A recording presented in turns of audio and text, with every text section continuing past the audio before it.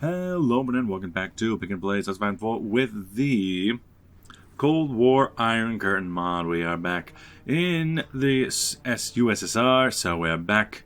A couple things have happened since the last time. People's Republic of China took out Tibet because, that's going to happen. Didn't think it was important enough, but now it is 1953, and we have the death of Stalin. So, our glorious Premier Joseph Stalin was found dead in his bed this morning.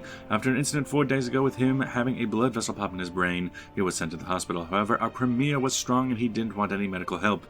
He was sent home and his wife Svetlana wanted him to have treatment, so Stalin took his wife's advice and got treatment. However, this morning his body was discovered in his bed. He died while he was asleep. Early reports said he died of a stroke. There will, of course, be a very calm and friendly debate in the Soviet as to who will be the next Premier.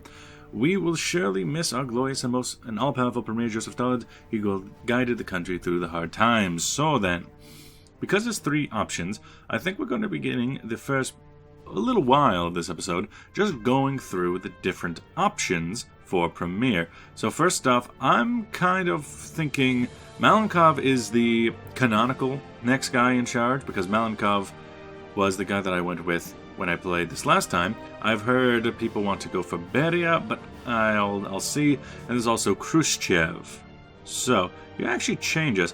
Let's see, National Tree, solve Khrushchev, Joseph Stalin dies, Nikita Khrushchev becomes leader of the Marxists, and gets event, Joseph Stalin dies. Okay, so then, oddly enough, we don't get the events anywhere else.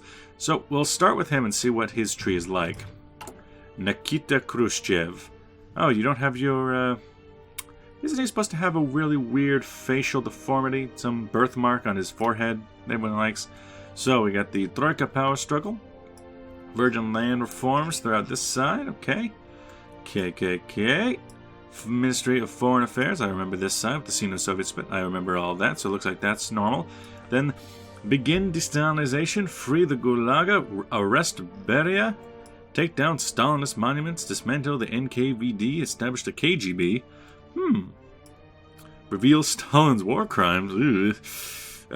Project Soviet power. Red Army Strategic Command. Distance the party from Stalin. He seems to be full of de-Stalinization. Prepare the storm for strike capabilities. Our comrades in Cuba. Support Cuba. Revolution in America's backyard. So this seems to be all about that Cuban Missile Crisis, if we go for that claim. Okay. And then this is... I remember most of this, so this is probably the same as ever was, and this is the same over here on this side, so that's fine. Okay. Alright. I'm okay with that. Let's, let us go to the next one. Alright, Georgy Malenkov. You do not look as good as you were in the last picture. If you saw the thumbnails of the last series I did, he looked a lot better. You got that double chin going. You look like a priest. It's weird. I don't like it. See in here. So Troika power struggle. Purge Khrushchev. Execute Zhukov. Empower Beria. Promote a Stalin cult. Stomp out discontent. Continue Stalinist policies. Red Army. Down to promote nuclear non-proliferation, bolster unity, free the gulags, solidify the old guard, d'entente with the West, world tension down, and then peace and prosperity. Okay, and then this section seems to be the same as before. Okay, so if I had to put this, purge Khrushchev, why would you do that? No explanation. But executing Zhukov and purging Khrushchev. So there's a Stalinist cult, a limited cultural liberalization. So this seems to be more of a peaceful path. But you need to purge Khrushchev and execute Zhukov just to do it. Then you can be a cultist Stalinist while also decreasing world tension by quite a lot.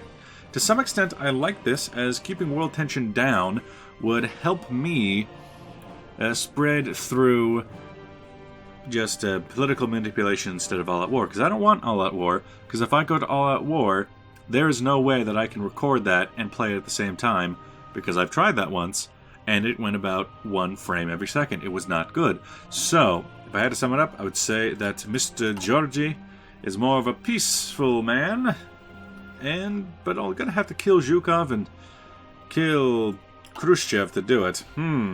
Okay. But we'll see what the last one entails. Alright, now let's check out this last guy, Beria. So, let's get in here. Let's see his path. Starts right off with executing Khrushchev and Zhukov at the same time. Military purges. Okay, politicize the military. Close the gulags. Purge the Politburo. Anti-Stalinist reforms. Strengthen NKVD instead of demolishing them. Promote nationalism. Can send volunteers. Can create factions. Ideological fanaticism.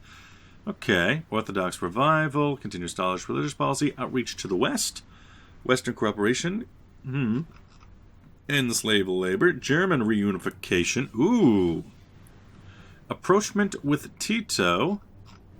Reduce global tension. Clamp down on the bloc, which... Oh! That would pretty much allow us to control all of our nations at once. Because that's a lot of points. That would pretty much allow us to just annex the entire Eastern Bloc. Socialist music, bolster socialist unity, and okay. So if we go through Beria, for one thing, we will try to appease the West and also turn all of our Eastern Bloc countries into our own personal territory while giving up East Germany. Interesting. Well, I'm going to leave it up to you guys. You've probably already noticed the vote by this point.